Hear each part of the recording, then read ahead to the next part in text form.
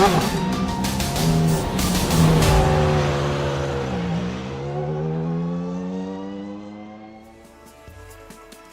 points have been neck and neck all season long. Sanchez and Hisada have traded wins, and often it's been a toss-up as to who will have the pace each week.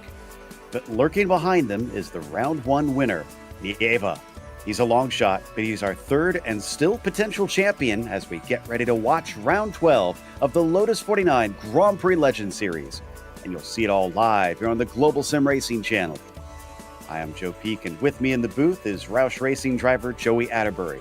Behind the scenes is our director, Bobbert O'Brien, and he's using cameras provided by Dougie Beard. Wrapping things up at Road America presents a great opportunity for the drivers to race it out. Let's learn more about the venue that will decide our championship.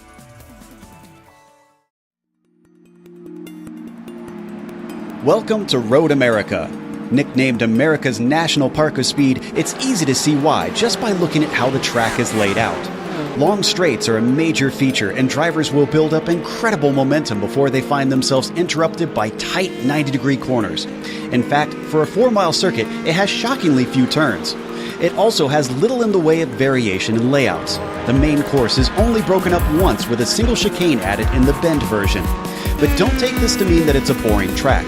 Elevation change happens many times over a lap, with a few places taking you into corners which are quite blind.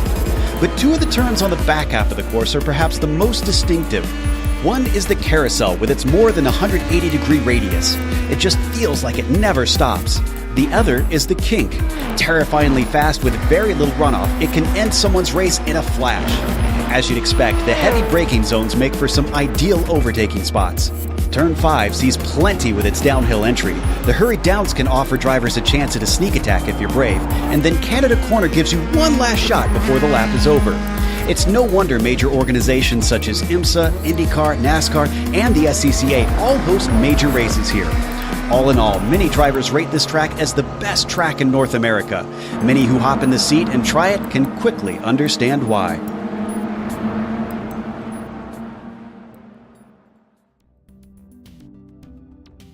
Well, it is a popular one, Joey, and I have a feeling that is going to put on quite a show for us today. I love this racetrack. Road America here in Elkhart Lake, Wisconsin. 14 turns, just a smidge over 4 miles, and some of the best track food in all of North America. It really gets going immediately down the front straightaway. A big-time passing opportunity, and a lot of times drivers' eyes get wide as that pit lane kind of widens the racetrack, but it does funnel up. Another big passing opportunity is down the moraine sweep into turn number 5. One of the most iconic corners in all of motorsports. The carousel as you come down the hill through the fast, high-speed kink. Going to have to be really careful in these cars as we do have 30-plus competitors through that narrow section of the racetrack. And all the way down to Canada Corner. Another big-time passing opportunity for these cars. And from Canada Corner, it is uphill all the way to start-finish to complete a lap here at Road America.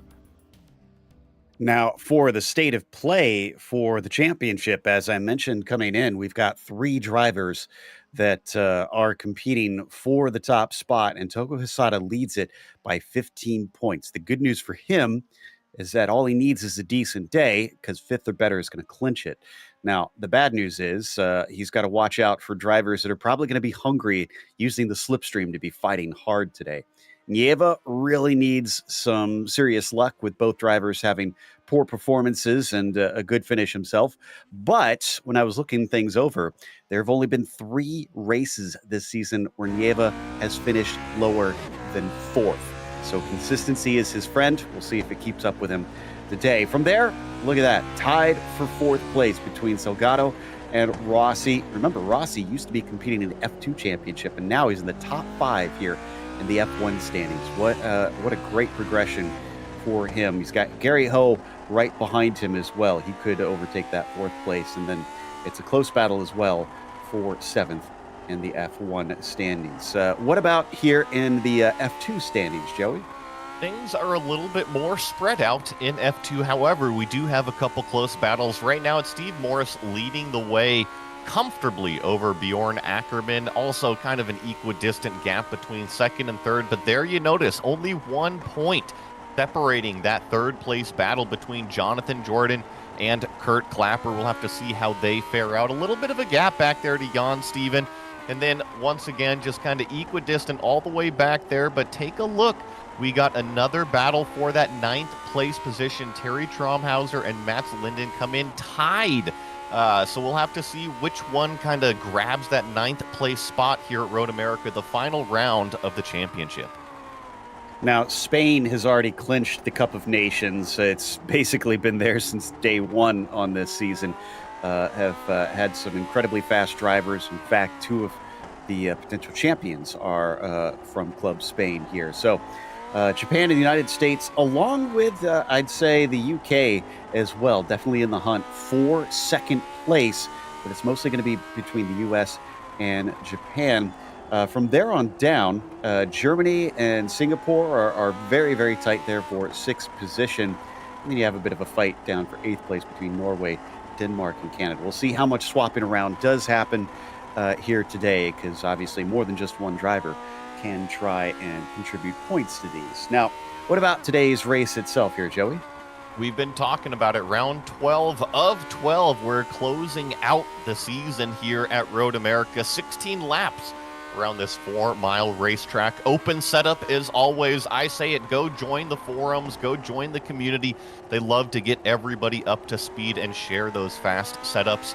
No spare cars, so if you pick up any damage hitting somebody on the racetrack, you are going to have to live with it or come down pit road and have your crew fix that. Drive-through penalty at 17x, disqualification at 25, your standard Grand Prix Legends format. Well, we're just getting the first laps on the board now, and Togo Hisada currently has the provisional pole over Sanchez, who's down in 4th on that first lap. Make that 5th now as Jorge Nieva actually goes faster than him.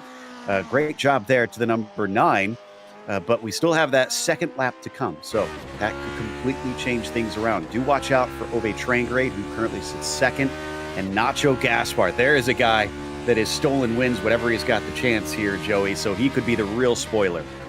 I think that Nacho Gaspar has kind of become a fan favorite here in the Lotus 49 series. He showed up this season, and he's really thrown down some immediate speed. He's a really fun driver to watch, and riding on board with Togo Hisada, it looks like Togo is on top of his game. You mentioned how close that championship was, and I think I remember talking to him. Road America was not one of his favorite racetracks, but it looks like he's putting in plenty of practice time. Yeah, which was a bit surprising because, as I said, so many drivers have usually put this one out there as one of their favorites, but Togo is not among them. But he's standing up for it, and he's going to try and tackle the challenge as he comes off the carousel now, fighting towards his second qualifying lap, showing right about at his best right now, tied even on his sector time. So he could improve, but it's going to take a good couple last corners. Into Canada corner, the lowest point on the racetrack I was mentioning, and it all the way uphill. You kind of have a little bit of a break here after turn 13. The sweeping left-hander kind of levels out just a little bit into a tricky final corner braking section all the way on the outside of the track. Togo really maximizing all the use of the pavement. And Nacho Gaspar is also improving by about 0.6 of a second. He's getting ready to cross the line. Let's see if he is able to take that top spot. No, Hisada is able to go quicker at 2:05.2. Nacho is shy by about 1/10.5. Ove Trangrade is coming up next. He could try and take that pole away. Nieva, good enough for 4th. He'll sit just behind Ove unless he goes quicker. It's a 2:05.493. That's not going to be enough, about 1,000 faster than his previous lap. So Ove stays put in 3rd. Sanchez does not improve enough, at least. He will stay in 6th. I mean, you look at the entire, I would say top 5, only separated by about 6 or 7/10 of a second. You see Trangrade here complete his qualifying run. I think that's really going to do it. I was really impressed to see the second lap just light the board on fire. JDS, who was down in 26, jumps up to 4th on his second lap. He needed that desperately as he was way down the order. Watching to see who else is on an improvement lap here. Connor Babel sets his first time, but he's not going to have enough time to do a second lap. No, he doesn't set his first time. It looks like he is actually done with qualifying, and there's nobody else close enough to be able to set that second lap. So that means our grid is now set. Togo Hisada is on the pole position. Nacho Gaspar will start from second as Ove Trangrade will begin third. Jack David Spickett starts fourth today. Jorge Nieva, good qualifying for him. He starts fifth. We'll see if he can try and challenge Hisada and Sanchez. John Olsen will start from sixth, and Sanchez, a disappointing seventh today. Seb Tixier did qualify, and he is up in eighth position. Gary Ho will start in ninth, and then Marco Salgado rounds out your top 10. Steve Morris, your F2 points championship leader, starts in 11th. Then you got Jeff Saunders next to him on row 6th in 12th. Laust Olsen starting 13th. Glenn Becker 14th. Oyer Zamoya in 15th. Bjorn Ackerman in 16th. Matthew Maudsley 17th. David Rossi 18th. Ray Oliver in 19th. And Neil Kemp in 20th. Robert Plumley starts 21st with Michael Grissinger next to him in 22nd, and it's Jonathan Jordan 23rd. Sandeep Banerjee, glad to see him start showing up a lot more lately. He went missing for a while, and he's back starting 24th. Kevin Hurley starts 25th, and Terry Traumahauser 26th. And you've got Matthew Nelson in the 27th position, followed by Ian Stephen to his outside. Douglas Kempthorne will start 29th, and Christo Chenmai is the last one to set a time in 30th. Ridley, Jason Clapper, Vandenberg, Freeman, Plata, and Babel will start at the back of the field. And it is a warm day on the track surface itself at 106 Fahrenheit. So it's going to be a slippery and slidey one, Joey. We were just there. We know all about that Wisconsin heat and humidity. So these drivers are going to have a handful with those track conditions all lined up on that uphill start-finish straightaway. Exactly. And they're going to be eager to try and get down to that first corner first. However, it won't end there. You'll see people challenging down into turn 3 and, of course, turn 5 as the engines now start to rev. The lights come up for the last round of the season, and the green flag is out. Looks like Togo Hisada is decent off the line, but Gaspar is also relatively quick here, and he's going to try and challenge, but trying to pinch him here. Togo's getting awful close. He's got to be careful. He cannot throw this away. He just needs to finish, and behind them, Ove Trangrade is watching. Somebody slips up. That looks like Nieva, who has a bit of trouble. Now they all plunge downhill into turn 3, still side by side between Nacho and Hisada. Yeah, and Togo crucially edges out coming out of turn number 3 as we head down the moraine sweep for the first time. It's between Trangrade and Nacho Gaspar that is side by side as we go down into turn number 5 for the first time. Deep on the brakes on these cold tires and full tanks of fuel. We got some cars going off. Woo! Thankfully, do not hit anybody, but one of them I think might be Sanchez. And we see multiple cars now coming together there in turn 5. Sanchez down to 15th, but still running. That is going to be a mountain for him to climb. Yeah, it was Sanchez that got too deep on the brakes. He was one of the cars that went way wide in turn 5, but you called it. No damage, but I mean a ton of track position lost for that number 7. Looks like Grissinger's the only one that's taken a tow currently, so he is back in the pits. And now he's joined by Matthew Nelson. So a couple cars that have fallen victim to turn 5. No surprises there, honestly. Meanwhile, down into the kink, Hisada is leading once again, but Gaspar's quick to get back on the horse to try and chase him. Here is Nieva, the dark horse tonight, as he tries to chase them down. He's in 5th right now. He's got John Olsen right on his back bumper. Nacho Gaspar actually gets a run on Togo Hisada coming out of Canada corner. We're side by side. He's on the wrong side of the racetrack. Togo's got to be so careful, and look at that. Nacho Gaspar around the outside for the lead. On the first lap of all things, I get the sense that Nacho knows Togo can't take many risks here today. So he is going to move himself up to the top spot. And now Jack David Spickett is getting close. Togo's still trying to defend as he weaves down to the inside. And they all come back to the left-hand side. Jack taking a little peek up down to the apex of turn one, but then decides against it. They're all followed by Ove Trangere. Top four are nose to tail. And Togo, I think that was incredibly smart out of him. Settle into this race. We've been talking about the championship all pre-race, and he is well ahead of Jorge Nieva. You see the blue and orange car that just slipped out of frame. He's just got to stay in front of Jorge here and just have a good, consistent race. Sanchez is back up to 12th right now, so he's trying to make inroads, but he's currently sitting 7.8 seconds behind the leader. That's a long ways back. Big bobble coming off of turn 5 from Togo. Spickett not able to capitalize, but it does put Gaspar a few more car lengths away. All starting to condense a little bit. I was mentioning Nieva. Couldn't see him. Well, he is officially attached to this battle, and he has brought the likes of John Olsen as well. Going to be curious to see if Togo picks up the pace or if he's going to continue to get the pressure in the mirrors from JDS. Now, this place not going to be quite as bad as places like Monza, but we can already see, Joey, this is going to be difficult to deal with multiple cars in the battle. The slipstream just keeping everybody so tight together.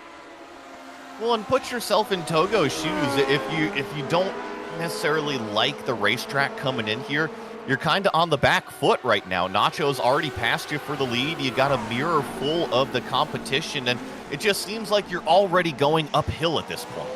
Oh, we've had another big incident. Looks like Maudsley involved in it. Didn't quite make out the others, and not sure where it was, but Traumahauser also involved. He's trying to limp the car back. This looks like it's out of the carousel just before the kink. So I wonder if we had a situation much like we saw in real life just a couple weeks ago. We're about to find out here. There was heavy damage on the front end of Terry Traumhauser here, and he was one of the F2 championship contenders. This isn't going to be good. And oh yeah, certainly enough, just some cars come together right in front of him. I see that's the number 29 car, and like you called it, Terry just nowhere to go. That's Kevin Hurley in the 29. Oh, that was a big hit. So that puts end to his day pretty much. I don't expect him to be able to come back after that one.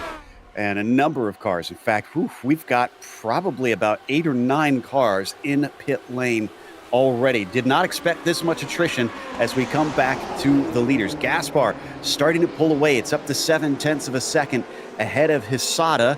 But that train currently goes all the way down to Gary Ho in 7th with the front pack. No mistakes out of anybody in this pack, because like you just said, if you do, you are going to get eaten alive by that entire train. So you really got to be on top of it right now. And looks like maybe Robert Plumley is having an issue on the racetrack as well. He's down in 18th, and this is... Currently, he's in turn 7. I'm not seeing anything immediately, but I'll check on it. Oh, here we go. We've got him on screen now. That's Sandeep Banerjee. Like I said, a driver who used to be very common in this series and took off for a little bit, but now he's returned. Currently up 7 spots from where he started. Oh, no, and I'm seeing a problem with Steve Morris. Now, I bring up this name because this is a big one. Steve Morris is our F2 points championship leader, and he has just disappeared. This is just an internet problem, unfortunately, out of the number 17.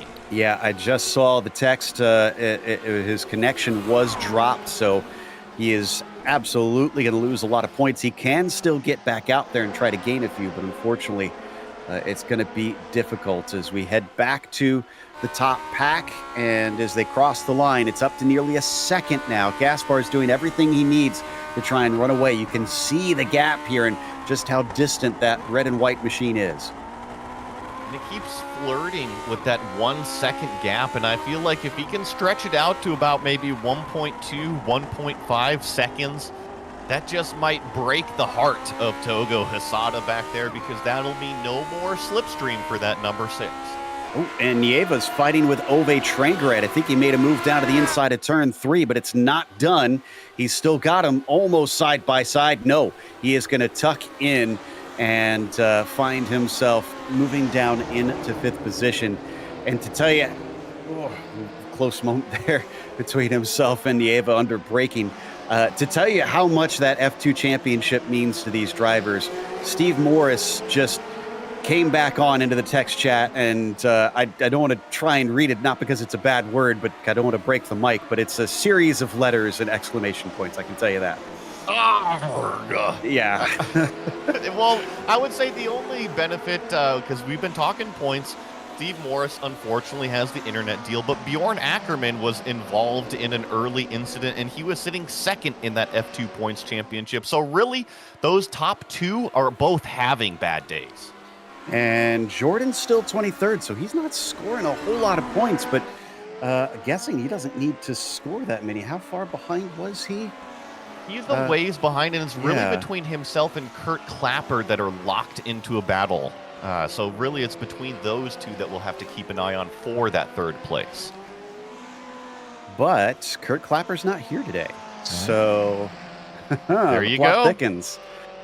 Could be an open window there for Jonathan Jordan. We'll see what he can do if he can get himself high enough. Right now, he sits in 22nd, and that is worth 29 points. So I don't think that's going to be enough. He's going to need more than that if he wants to take the F2 championship. This is still very much in the air.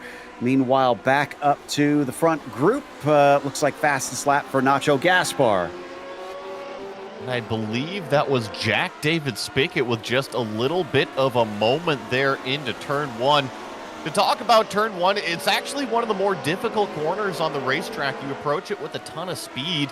It's actually more of a flowing, sweeping corner where you carry the speed through rather than the stop and go steep braking opportunities like turn 5 where the drivers are approaching now. Plunging down into the braking of turn 5. They work their way through that left-hander at the bottom of the hill. Spickett still chasing his Sada. Nieva is in 4th. Don't forget, he took that position off of Trangerade pretty recently, and he seems to have pretty good pace today, so wonder if he can catch up for a potential podium here. I'll have to check and see how many he's gotten so far. I do know he has a few to his name and has recently gotten his first win at the start of this season. Meanwhile, Gary Ho, back in 7th, is trying to challenge on John Olson. Good little battle here for that 6th place position. Riding on board the purple machine. This is Gary Ho as we drive through the kink. Got to lift off the gas here in these cars. They don't make the downforce. The tires don't make the grip of the current machine. So you really have to drive the car through those areas of the racetrack. Gary Ho's a bit of an unsung hero. He's one of the very few out here who is racing for Singapore in the Cup of Nations. And Seb Tixier is always quick to remind us that Gary's also contributing points there. It's just Seb is the one we focus on so frequently. In fact, there he is now on screen. He's chasing Salgado for 8th and has a little bit of damage, it looks like, on the nose. But I think the big thing is he hasn't been qualifying all season intentionally. I'm surprised he qualified today.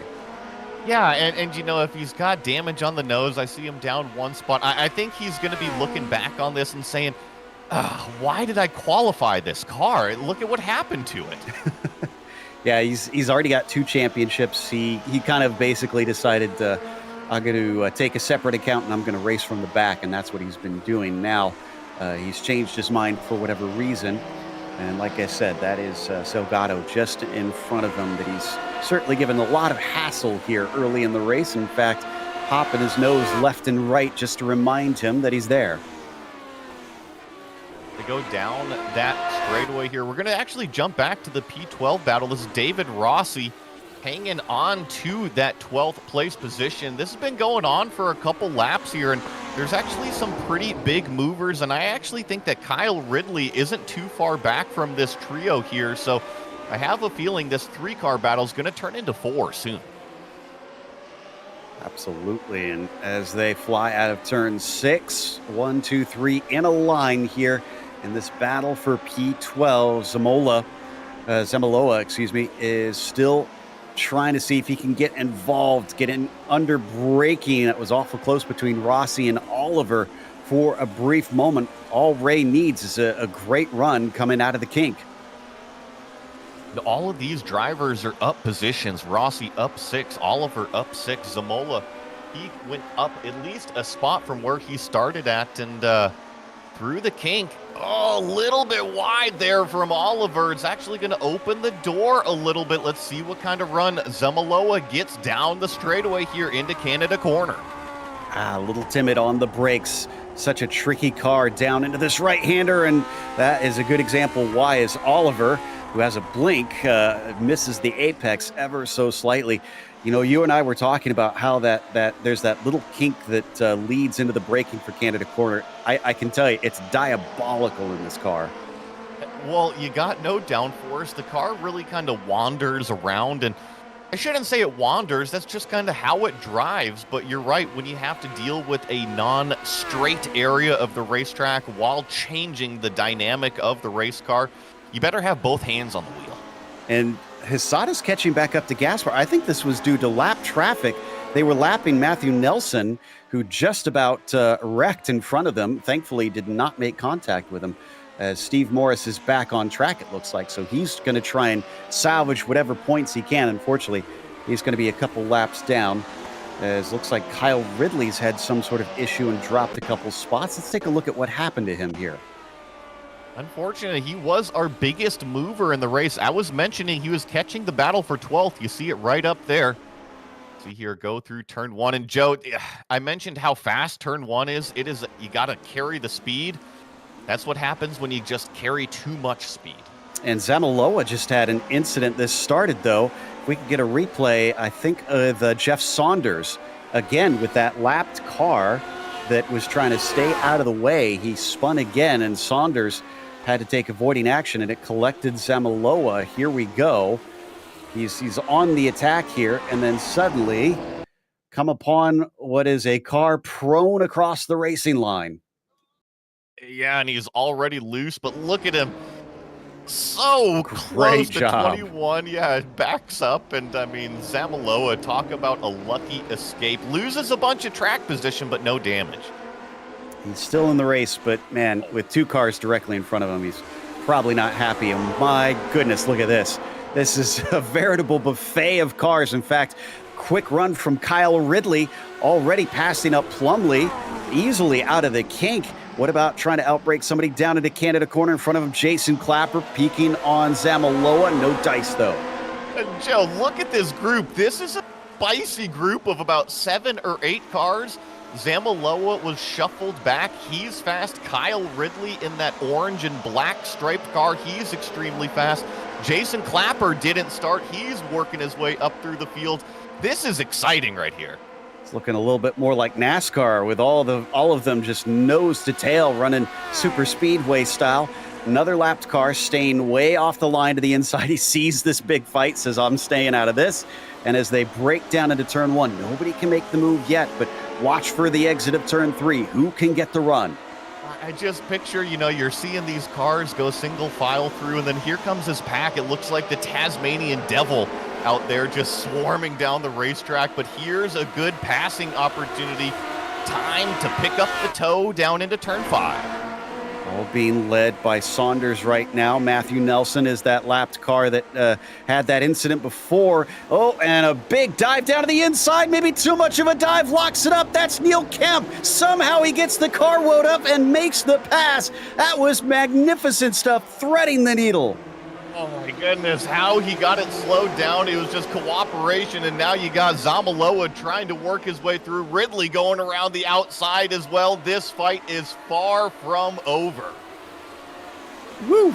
Some great excitement in the mid-pack. So Kemp is now up into 13th. Saunders is down in 12th. Zamaloa is trying to make up positions. He managed to get by Kyle Ridley as well. Saunders under threat as they plunge downhill here through the carousel towards the kink. Just like before, it takes the drivers really getting the run off the corner. Got to carry it through the kink right there. You see Neil Kemp actually with a pretty good run. It's all Zamaloa. He's got the run on Jeff Saunders. I don't think he's quite close enough, but keep your eye on that number 2. He's the orange and black car, 4th in line. I actually think that Kyle Ridley's the fastest of this group. Yeah, Ridley and Jason Clapper are both up 15 positions right now, but I'm pretty sure both of them did not qualify. Let me double check that. Yeah, both have come from the back without a qualifying time, so they put themselves back there. We're on board with Kyle is in front of him. That's Zamaloa making a move on Saunders, then second-guessing himself, gets another taste of the slipstream, and back out to the inside, tries to outbrake him into the corner, does get to the apex before him, and this is going to open the door. Here comes Ridley. Yeah, Ridley's going to try to sneak down to the inside, follow Zamaloa through, kind of thinking better of it. So close between the tires, between Saunders and Zamaloa, but Ridley is able to go by, and that's also going to open the door. I believe Jason Clapper is going to slip by Jeff Saunders as well. Absolute freight train. Jeff Saunders finds multiple positions going away now. Oh, and a big problem for Kyle Ridley. He loses it under braking down into turn 5, and all those spots he just took slipped right past. Just so unfortunate. I was mentioning, I thought he was the fastest car of the group, but that's the second big mistake that Kyle's made today. Needs to clean his act up. I'll have to talk to Jorge Nieva maybe about getting that consistency down. Speaking of, not too far behind Jorge is Gary Ho, chasing on John Olson still. The other thing I'm keeping half an eye on, and I know you pointed this out on the screen here, Joey, is Gaspar and Hisada have been remaining scarily close. It just seems like Nacho maybe has missed a couple apexes, and Togo Hisada has been right there, just kind of closing it up ever so slightly. And actually, right now, he's within a half a second as we continue to watch Gary Ho here and see what kind of exit he gets out of the final turn. Actually, pretty close to John Olson here. Not sure if it's close enough for Hisada. It's cut down to 0.3 of a second by the end of the straightaway using that slipstream. They've got to be careful, too, because Jack David Spickett's still about 1.3 seconds behind. So if they start battling, they're going to bring him in a hurry. And as they exit off of turn 3, it was a poor run by the Japanese driver. While he gets the poor exit, I just want to give props to JDS out here. I know that he had a great qualifying effort, but I mean, this is a fantastic run for Jack David Spickett in this 49 car. And I'll have to check and see what his best finish is so far this season, or if he's managed to collect any podiums. And no, actually, I do not see any podiums for Jack David Spickett this season. This would be his first one, which by process of elimination, that would mean his first win this season as well. Have to keep an eye on it because, as you see, just right in front of Jack, this battle for the lead is getting even closer. This is the closest it's been through the carousel here. All about maximizing the speed coming down the hill through the exit and get it right through the fast flowing right-hander known as the King. Coming up through there, you can see them up ahead. He's got that visual. Surely that carrot is just making him go faster to try and run them down. But right now, those two probably a little bit more concerned with each other. And how much does Hisada actually want to fight this? We're already halfway through this race. I'm sure he knows that the second place will do it for him. Joe, this is when I would look over to you next to me and say, really, you're going to ask a young racing car driver who's in second place chasing down the lead not to race? Yeah, you're right. He is young, and we've seen he's a fierce fighter. But he's already got a championship under his belt. So has he learned that sort of patience and that knowledge, knowing that he could maybe just sit this one out, take a second place, and bring this one home? Especially knowing that Nieva's currently running in fourth, and I think if Togo wrecks out, that might be enough for Nieva to overtake him in the points. I think you could look at it a couple of ways. If Togo Hisada is able to go up there and pass Nacho Gaspar cleanly, win the race, win the championship. Imagine what that does for the confidence for this driver going into whatever his future does hold. Now, on the other hand, you could sit tight, play it safe here in second place, and come away with the championship and be totally content with that finish. But which one is Togo Hisada? We're going to find out, I think, in a few laps' time. We're down to 6 laps to go now. And Nacho Gaspar still leads over Hisada. I checked on Spigot and doesn't have any podiums or any wins at all in this series. So this is going to be a personal best for him ever, even if he finishes in third. But he's still got Nieva pretty close behind. So that battle is not over at all. We've only got 25 cars left on the lead lap. And in fact, I think looks like 28 of them running out of 36 starters. So this last round of the season has unfortunately seen a few of the drivers limp home without a checkered flag. Well, we saw it in real life just a few weeks ago. Road America, when you have an incident here, it tends not to be a small one. And with these cars with the wheels that stick way out wide here, it's not uncommon to pick up a lot of damage when you go off the racetrack. Remember when we were talking about Seb Tixier qualifying and doing what he can to try and get a good finish today? Well, I wonder if that damage is hurting his straight line speed. He's still stuck in 10th behind Salgado, looking like he's unable to make inroads. Look at this, Togo Hisada, he's in the draft. He's going to poke his nose out, driver's right. Now he backs out of it. Joe, that might have been your little voice on his shoulder saying, think about the points championship. Yeah, but I will say, he, to your credit, he's still looking for it. He's still thinking, if I get the safe move, I want this win. I totally agree, and I think that's what you want to see. You want to see the drive, and the other thing, if Gaspar is a little bit slow on pace, I'm looking at timing and scoring. It's not just that Jack David Spigot is closing, but he's bringing company. This is about to get spicy. Now down to 5 laps to go. Down through turn 5, Nacho Gaspar looking like he's struggling a little bit here, maybe on corner exit, because Togo Hisada is just climbing all over that gearbox. Down through turn 7, across the hurry downs into 8. That wasn't as good, but under braking once again, the nose gets ever closer to the rear of that number 1. I'm seeing Togo use up a little bit more of the racetrack than what Gaspar is doing. That might allow him to carry just that little bit more speed through the corner, which translates into the exit speed as well. But the thing to remember, Togo kind of fell back at the beginning part of that race. Was he saving a little bit of tire while Nacho Gaspar was using and abusing his tires early? That's a good point, because it's even gotten hotter. It's 108 on the track right now. So it's only continued to rise. Maybe he was thinking that long term, knowing his car would come good at the end as they climb over Bill Mitchell Bend. Here we go, getting ready to take another lap off. They are pulling, I think, a little bit away from Spigot. It's up to 1.7, 1.8. So they are pushing. They're running mighty good laps, honestly. This lap was definitely on top of it. Let's see if it flashes up purple here. I believe that, yes, in fact, Nacho Gaspar a 2:05.5, but Togo Hisada has actually gone faster this race, and I don't think he's letting up. Looks like we're going to have 3 laps remaining here at Road America.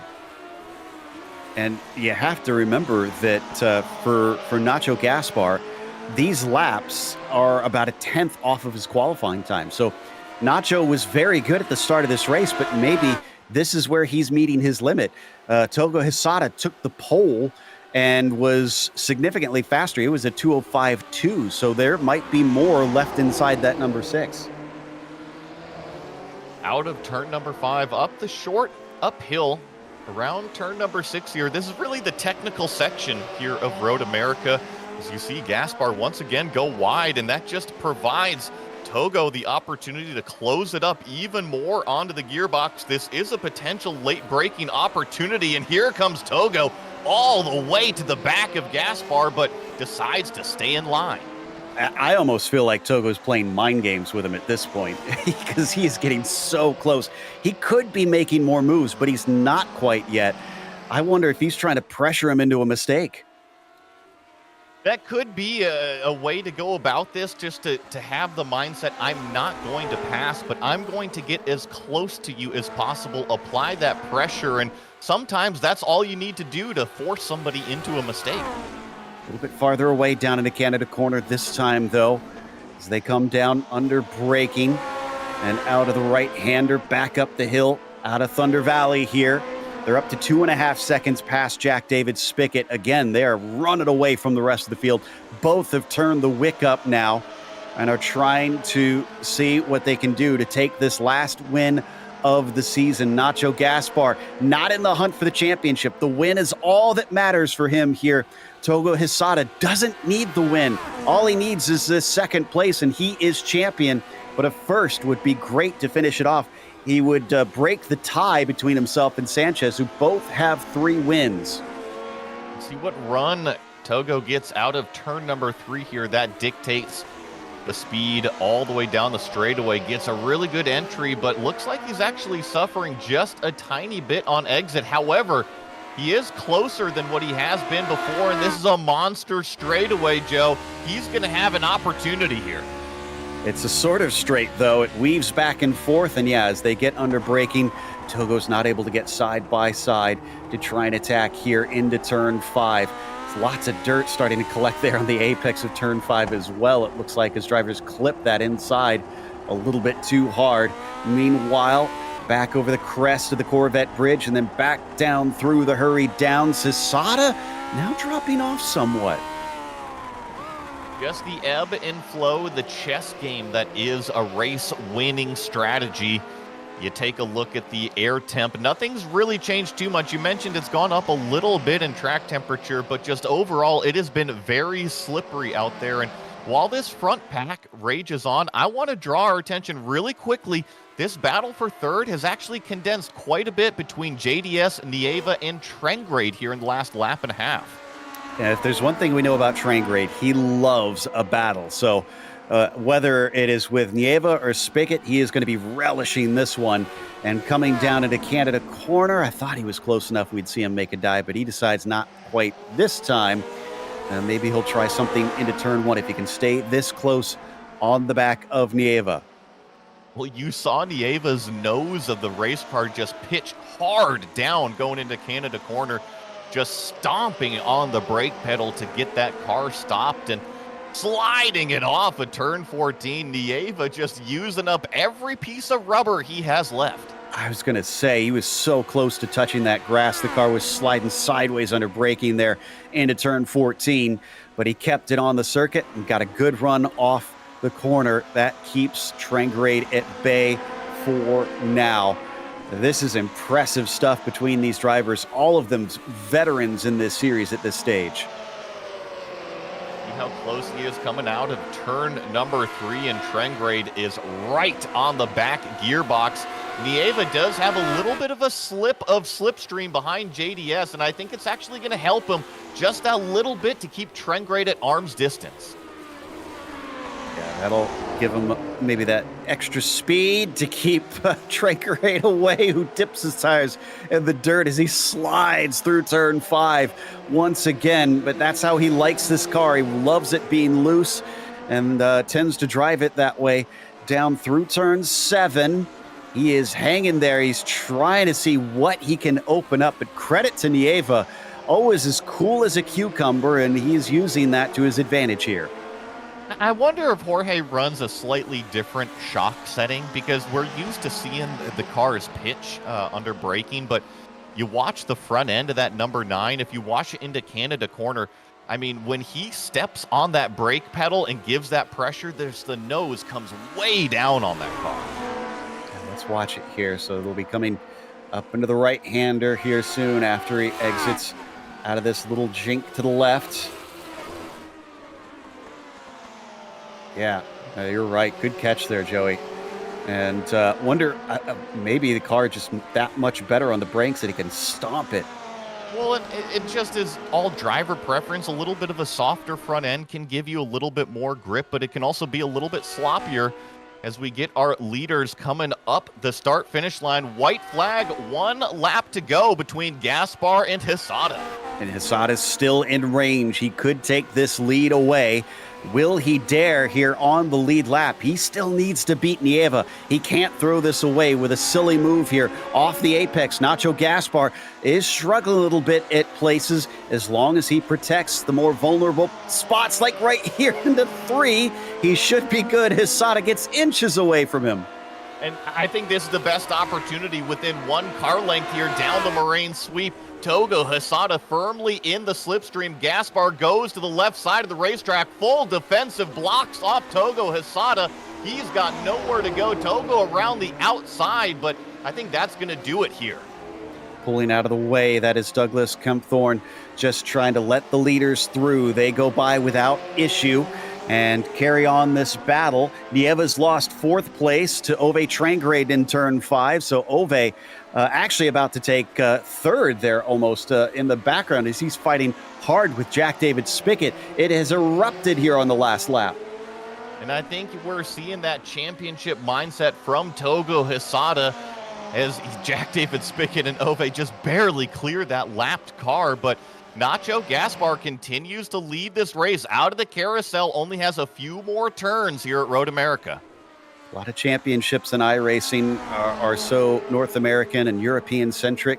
Don't get to see Japanese drivers really shine as much, but I feel like this young driver has a bright future, both with the speed and now with the intelligence that he's showing here. Yes, maybe he might not get the win, but this is going to be his 2nd championship if he brings this one home, and a classy drive here for this 2nd place. Will he go for it in the final turn? He's going to look for it. Almost goes off track, but he holds it together. It's not going to be a win, and Nacho Gaspar deserves just as much credit. What a fantastic defense to take the victory today for Nacho, and Togo Hysada is your champion. Side-by-side finish for the 3rd place between JDS and Ove Trangrade. Jack David Spickett hangs on to it. Ove comes home 4th. What about Xavier Sanchez? He's going to have to collect 8th place, but he holds off Seb Tixier, a former champion himself. I'm sure he'll be disappointed with this 8th, knowing that that was the championship gone, but I think he might still finish 2nd in the points. We'll check in a little bit. In the meantime, Tixier finishes 9th, and Salgado getting himself a top 10. How about Jason Clapper, though, coming up the hill here just ahead of Neil Kemp with Kyle Ridley behind him. Clapper was up 20 positions today. Yeah, Kyle Ridley right behind there, up 18 as well. And honestly, Joe, I thought that Kyle Ridley would have had that biggest mover had it not been those couple of mistakes that we saw from him today. Yeah, I think you're right on that one. So he'll have to work on that. But the last of the drivers coming across the line means it's time for us to take a short break, but we're not done. We'll come back with the official results as well as driver interviews, so stick around.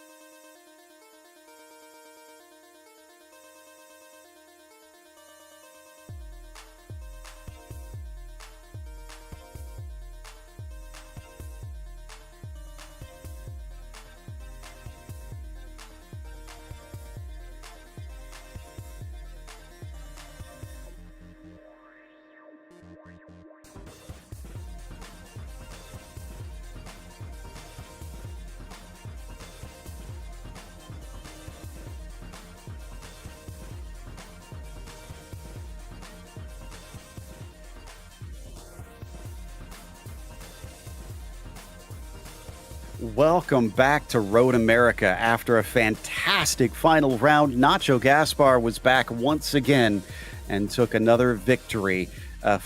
Just a fantastic drive from him, absorbing immense pressure from Togo Hisada, who did take home the championship there in second place, but he tried his heart out to take that win while not compromising his championship.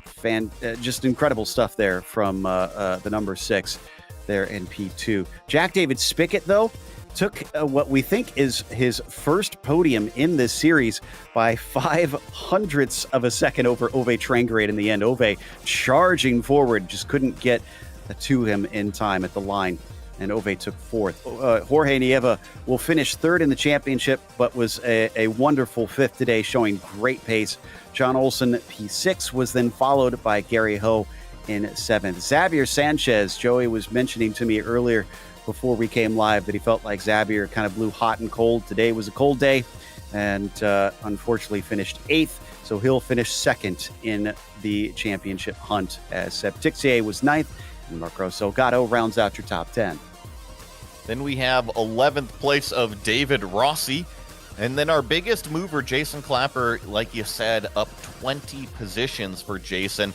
Then Kyle Ridley up 18 positions for him as well. It would have been further for it not been those mistakes.